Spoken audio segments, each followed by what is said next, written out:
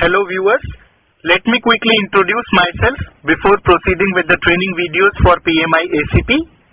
I am Vinayak Agarwal.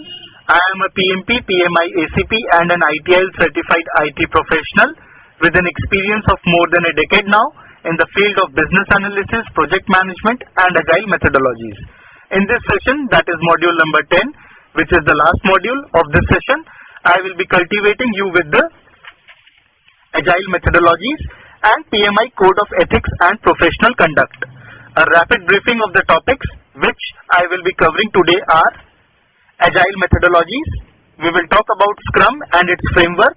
Then we will talk about extreme programming and loops. Then we will talk about the 7 principles of Lean, followed by Kanban and DSDM, which is Dynamic System Development Method. Then we will talk about FDD, which is Feature Driven Development. Then TDD, Test Driven Development, followed by Agile Unified Process, AUP. And we will end the session with Crystal and PMI Code of Ethics and Professional Conduct. So talking about the agile methodologies, since last 9 modules we are discussing and talking about agile and agile. So now giving a concrete version, or you can say the summarized recap of all the stuff with the agile methodologies. So in agile umbrella we have Crystal as one of the agile methodology, which we have FDD, which is feature driven development. Then we have a Lean, Kanban, Scrum, extreme programming, which is popularly known as XP.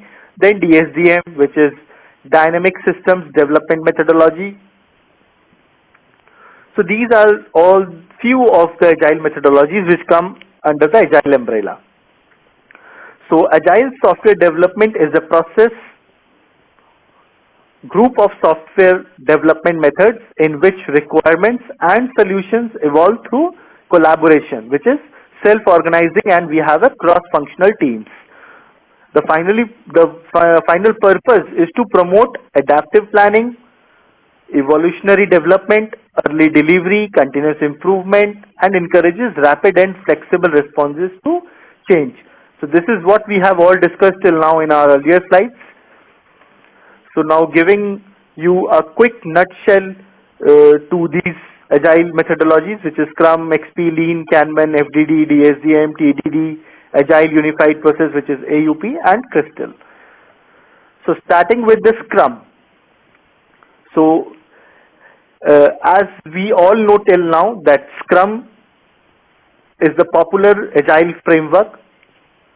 So in this, what we have a product backlog which contains all the ordered list of all the features, functionality and other work required for the project success. Project backlog is not limited to functionality features only. It will have the actions to the responses also. So, and the responsibility of the product backlog is taken care by product owner, which is PO. So the input from end users, customers, team and other stakeholders will be taken care by product owner, and product owner ultimately designs the product backlog. Now what comes next is the sprint planning meeting, in which the team decides how much to aim to deliver in that sprint. So suppose you have splitted your project into 5 sprints or 5 iterations. When we talk about the term Scrum, we will not use iteration. We will be more focusing on the keyword sprint. But in XP, the same sprint would be replaced with iteration. So team decides how much to aim to deliver in the sprint is taken care by sprint planning meeting by team members. So product backlog is being compressed, that out of suppose 10 top priority user stories, we will be delivering 5 out of them in the first iteration. So we will have a sprint backlog in the next stage after the sprint. So the output of the sprint planning meeting is the sprint backlog, which is the team's list of tasks they need to finish in the sprint. So product owner don't have any direct impact on the sprint backlog. sprint backlog is a complete uh, artifact, or you can say complete backlog, which is owned by team itself. Product owners don't have any ownership in the sprint backlog. When we have the sprint backlog ready, then comes the role of the Scrum Master, which is responsible to have that the Scrum is thoroughly follow as per the process defined by the agile methodologies, that which includes time box for 4 weeks or less, minimum 2 and maximum 4 weeks, that is the duration of the sprint, no addition of scope or no extension to time box. All these are taken care by the Scrum Master, whether these processes are being followed or not. And over to that, Scrum Master is also responsible to host the daily Scrum meetings, which is for 15 minutes, which also helps us to groom the product backlog. And also at the end we have the sprint review. Once the sprint is completed, we have the sprint review meeting, and the product we receive after the completion of the sprint is the potentially shippable product. That is the MMF, minimal marketable feature, which is delivered in that, which all are the MMS delivered in that particular sprint. And over to that, once we complete all the phases, we will have at the end we have the retrospectives. Just like the closure in the project, we have a short closures at every sprint. So we have a sprint retrospectives, in which we will talk about the learnings and the best practices which worked well or not, didn't work well in the complete sprint, and so that we can rectify the negatives and promotes the positives in the subsequent sprint. So this is the Scrum as a complete framework. So Scrum framework have roles, which is product owner, Scrum Master, and team itself. If we talk about the ceremonies, we have sprint review meetings, sprint planning meetings, sprint retrospective meetings, and daily Scrum meetings. Artifacts from the Scrum framework are product backlog, sprint backlog, and increment. The next agile methodology popular after Scrum is XP. In XP, which is extreme programming, we have these 12 XP practices. On the outer shell, we have the whole team, planning games, small releases, customer tests. In the second core, we have the coding standards, sustainable pace, metaphors, continuous integrations, collective ownership, and ending with the core shell with test-driven development, which is TDD, refactoring, pair programming, and simple design. So quickly have a look to these terms. Whole team is the complete team. That is, the development team is the whole team. Then we have the planning games, which is used for the estimations or any of the brainstorming mechanism, just like the planning poker. Then we plan the releases as short as possible, so we have the small releases, and we have the test cases prepared by the customer. So we have the customer tests. Coding standards, we should follow the rhythm to have the coding standard thoroughly throughout the project. Then we have a collective ownership, that is particular component in the code is not limited to one coder or one actor itself. It should be a collective ownership, that is, in case suppose the person is on leave or is not present, the second person can take the ownership of that particular code, irrespective whether he had worked it or not. So it's kind of a collective ownership.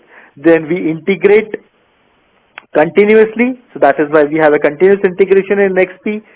Metaphors, avoid technical terminologies, instead talk in layman or kind of an language which could be understood well by easily and everyone, a kind of a keywords, or you can say the metaphors. Then we need to have a substantial sustainable pace, which is time boxed, refactoring of the code or the design. Then we have a simple design because Agile promotes simplicity. Then we have pair programming, that is two programmers work for a same piece of a code. That is, you mean to, for that I mean to say coder 1 is coding and coder 2 is parallelly reviewing your code. And ultimately test-driven development. That is, the development is driven by the test cases, which is prepared by the customer at the earlier start of the project. So this is what all we have in the extreme programming. And we have, when we talk about the XP loops, then at the topmost level we have the release plan, which is scattered in months. Then we have the iteration plan, acceptance test in days, iteration plan in weeks, stand-up meetings, daily stand-up meetings, so 1 day, pair negotiation in hours, unit test, minutes, and pair programming, which is in second. Finally, you deliver the code and you again go back to the release plan. So this all is the loop in the XP, feedback loops. When we talk about the another common methodology of Agile, which is originated from the manufacturing industry, is Lean. And when we talk about the Lean, it is not only limited to the 7 principles, but we have Lean manufacturing and type of wastes also. So quickly have a look to the 7S or the 7 principles of Lean. So the 7S is sort, set in order, shine, standardize, sustain, spirit, and safety. So sort is eliminate what is not needed. Simply eliminate what is not needed. Set in order, organize what remains. Shine, clean work area. Make your code or the workplace or the processes or the flow clean as possible. So shine, standardize, that is schedule cleaning and maintaining, a kind of a rhythm to monitor the shining. Sustain, make 7A's way of life, that is sustainability. Spirit, employee engagement across all levels. And finally safety, that is create a safe working environment. So the 7 principles of Lean are eliminate waste, build quality in, create knowledge, defer commitment, deliver fast, respect people, and optimize as a whole. And quickly have a look to the Lean manufacturing, which is mass production, just in time, flexible, mass customization, agile, and rapid, that is as quickly as possible. So these all are talking about the Lean 7S, 7 principles, or Lean manufacturing, 7 manufacturing components. Then we have the Kanban. Kanban is, as I told you, it's a Japanese word which means signboard. So Kanban reflects the story, or you can say the health of the project or the components which are in progress, which are completed or are yet to be started, or which are in production. On a simple information radiator kind of a stuff, you can have a Kanban board in which you can get the health of the project at any point of a time. So Kanban is continuously prioritized queue, continuous deployment, development and maintenance as a combined, and visibility, and which gives you a joy. So Kanban, you can say that the flow is starting from the backlog queue. We have the queue in the first panel, then we move to the to do, in progress, to be verified, done, and finally in production, which is the login page. So this is all is the Kanban. The next approach for the Agile methodology is DSDM, which is Dynamic System Development Method. So in this, we have a project for which we do a pre-project, kind of a feasibility analysis.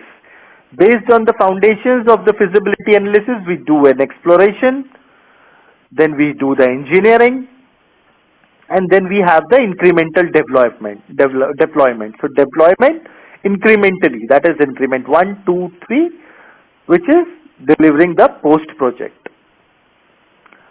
So this is all is the DSDM. DSDM and rest other agile methodologies are not so important in terms of agile ACP examination, but definitely you should aware of these terminologies so as to better relate the agile differentiate the agile methodologies and answer the questions if they deemed. Moving on to the next agile methodology is FDD, which is feature driven development. So you drive the development from feature itself. So develop an overall model, the first phase, then build a feature list, then plan by feature, and inside that we have design by feature and build by feature. So all is driven by features. So quickly have a look again. Develop an overall model, build a feature list, that is plan by features, then design by feature and build by feature. So this is the quick glimpse of the feature driven development. Just remember that development which is driven by the features is feature driven development. Next, though we have already discussed TDD or ATDD, but let's have a quick look to it again. Test driven development or the application test driven development, which is ATD or TDD, though they have the same names, is a software development process that relies on the repetition of a very short development cycle. So what exactly you do? You first write a test case, or write a test that fails. You don't have any code, you simply write the test case which would fail because you don't have the code. Then you make the code work based on the test case right in the first step. And finally you eliminate the redundancy by refactoring. So red, green and refactor is the prime three margins you can say for test driven development. So test driven development is related to the test first programming concept of the extreme programming began in year 1999. Then we have another agile methodology which is popularly known as AUP, Agile Unified Process. It is a simplified version of the IBM Rational Unified Process, which is RUP, developed by some Scott Ambler. It describes a simple, easy to understand approach to developing business application software using agile techniques and concepts, yet still remaining true to the RUP. So the AUP applies agile technologies including test-driven development, agile modeling, agile change management and database refactoring to improve the overall productivity. So in nutshell, if we talk about the disciplines of AUP, it is model, implementation, test, deployment, configuration management, environment and project management.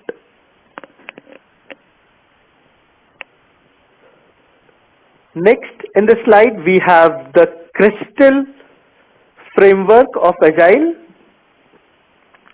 So in Crystal what you do is we plot a kind of, we categorize the, you can say the components into several colorful patterns. So on a scale of 1 to 6 it would be clear, on a scale of 7 to 10 it would be yellow, then we have an orange which limits from 21 to 40, then 41 to 80 says red and 81 onwards till 20 is a maroon. So from the perspective of exam, I recommend only to remember these magnitude numbers, that is their range and corresponding colors, and based on that you have the comfort level for the, then we have the discretionary money, essential money, and finally the life. So this is the crystal mechanism for the agile. Now coming to the last topic, which is not at all related to the agile framework, but if you are appearing for the PMI examination, either ACP or the PMP or PGMP or any other certification provided by the PMI.org, then you are bound to understand and to answer the questions related to code of ethics and professional conduct.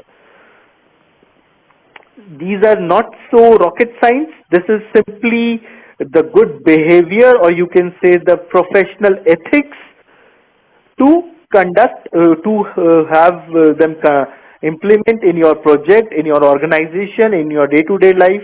So I am quickly going through these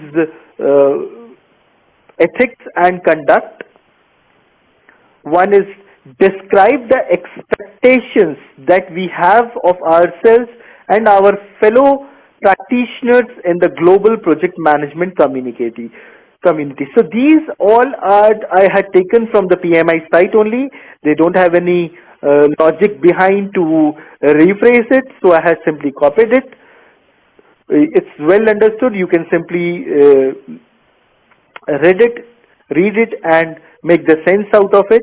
So it it articulates the ideals to which we aspire, as well as the behaviors that are mandatory in our professional and volunteer roles.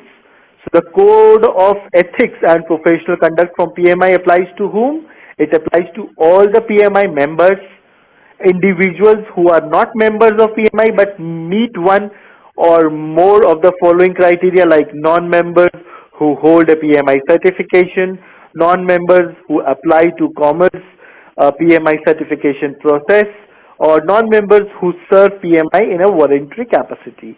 So it all is maintain high standards of integrity and professional conduct, accepts responsibility for the actions, and continuously seek to enhance the professional capabilities, practice with fairness and honesty, and encourage others in the professions to act in an ethical and a professional manner. So you also promote it.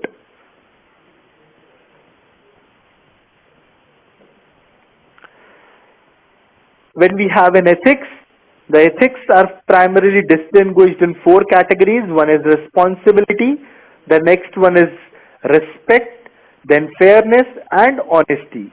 So honesty is our duty to understand the truth and act in a truthful manner both in our communications and in our conduct. Fairness is our duty to make decisions and act impartially and objectively. Our conduct must be free from competing self-interest, prejudice, and favorism. Responsibility is our duty to take ownership for the decisions we make or fail to make, the actions we take or fail to take, and the consequences result. Respect is our duty to show a high regard for ourselves, others, and the resources entrusted to us.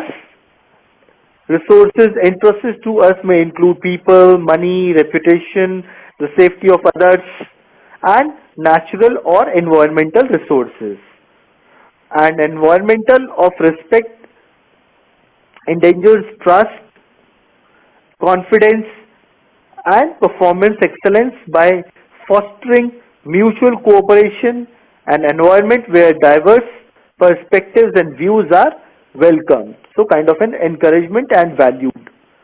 So this all talks about responsibility, respect, fairness, and honesty and ethics. This all covers the PMI ethics, code of conduct, and very best of luck for your PMI ACP examination. Hope you crack the exam in the very first attempt with a good study. Thank you very much. This is Vinayak Agarwal. Bye-bye.